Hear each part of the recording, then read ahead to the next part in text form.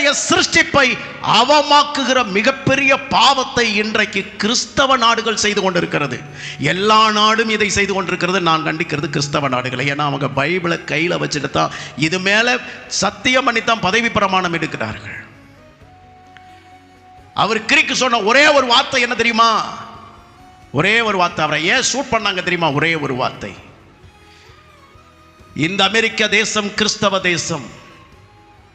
இந்த கிறிஸ்தவ நாடு வேத புஸ்தகத்தின்படி நடக்க வேண்டிய காரியத்தை தவறவிட்டது.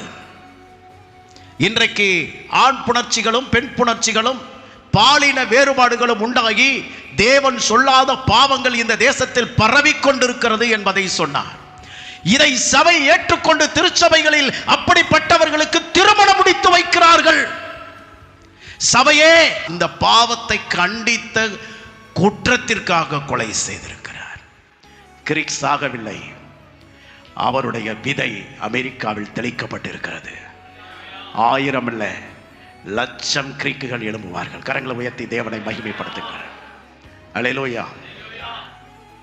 எந்த கிறிஸ்தவனையும் சத்தியத்துக்காக வாழ்றவனை ஒருத்தனை கொன்னுட்டோன்னு நினைக்காதீங்க. அந்த மனுஷன் சாகும் பொழுது அவன் விதைத்த விதைகள் பல மடங்கு வீறு கொண்டு எழும்பும்.